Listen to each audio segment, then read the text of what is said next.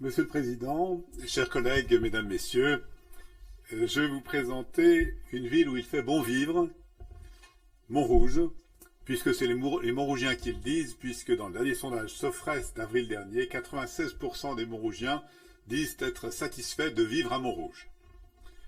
Alors pourquoi on vit heureux à Montrouge? Eh bien parce que nous avons un cadre agréable avec des parcs, des jardins, des bâtiments publics rénovés et très fréquentés, tous les modes de transport, c'est peut-être à proximité de Paris, métro, tramway, bus, Vélib, Autolib, etc. Des équipements répartis dans chaque quartier, 706 commerces, une vie culturelle très dynamique, des bars, des restaurants. Car notre philosophie, c'est la mixité.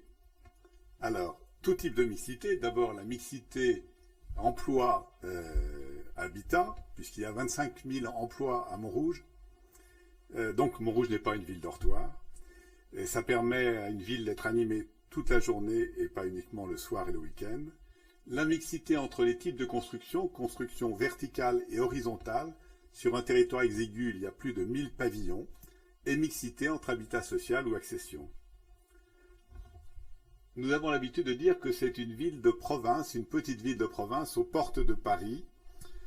Elle est organisée comme les villes de province que nous connaissons, avec une véritable colonne vertébrale. C'est l'artère principale, vous voyez, qui fait nord-sud, qui traverse la ville et qui concentre évidemment les commerces, mais la mairie, le théâtre, l'église, et qui s'appelle, comme dans beaucoup de communes, l'avenue de la République. C'est une ville à taille humaine puisqu'elle ne fait que 2 km², c'est-à-dire la surface de Monaco, moins le casino, ce qui est un inconvénient. Et on peut donc tout faire à pied, donc c'est une ville à taille humaine parce qu'on peut tout faire à pied, et Dieu sait si c'est à pied que l'on fait les plus belles rencontres. On dit souvent aux nouveaux Montrougiens, ce que nous souhaitons, c'est que lorsque vous sortez de chez vous, dans les 5 minutes, vous rencontriez un visage connu, et que vous puissiez évidemment discuter. Et pour cela, il faut créer des opportunités, et les opportunités, ce sont les rues et les places. Dans la rue, on se déplace, et sur la place, on se rassemble. Nous vivons à une époque où les moyens de communication sont très nombreux, et nous communiquons beaucoup, mais nous communiquons la plupart du temps par écran interposé, et ce qu'il nous manque cruellement, c'est le contact physique. Il faut donc des lieux de rassemblement. Vitruve écrit que l'architecture doit s'inspirer du corps humain. Il en est de même de l'urbanisme quand on parle d'artères pour parler des rues ou de cœur de ville. Avec la place Crespe, à Montrouge, on s'est donné un cœur de ville. Il y a 20 ans, à Montrouge, il n'y avait qu'une seule place qui était excentrée et qui servait plutôt pour le marché. Depuis 20 ans, notre travail a été de constituer des places dans chacun des 6 quartiers pour développer les rencontres et les festivités. Mais il fallait la place où tous les Montrougiens puissent se rassembler.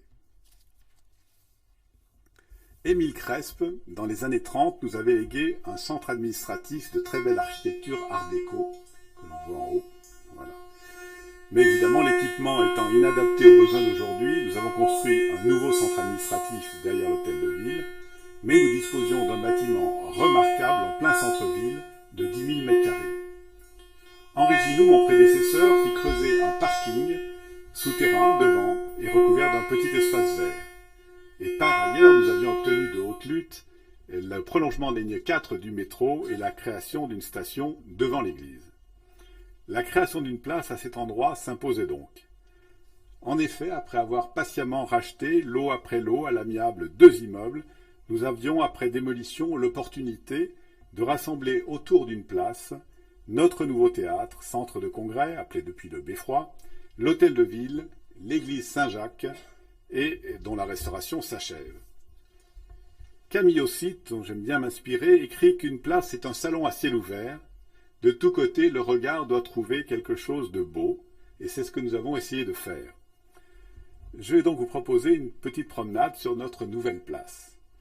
Aujourd'hui, vous sortez de la station de métro et du regard, vous embrassez la magnifique façade du Beffroi, parfaitement bien ordonnancée, ainsi que ses bas-reliefs qui le ceinturent, et dominé par son beffroi de 44 mètres de haut.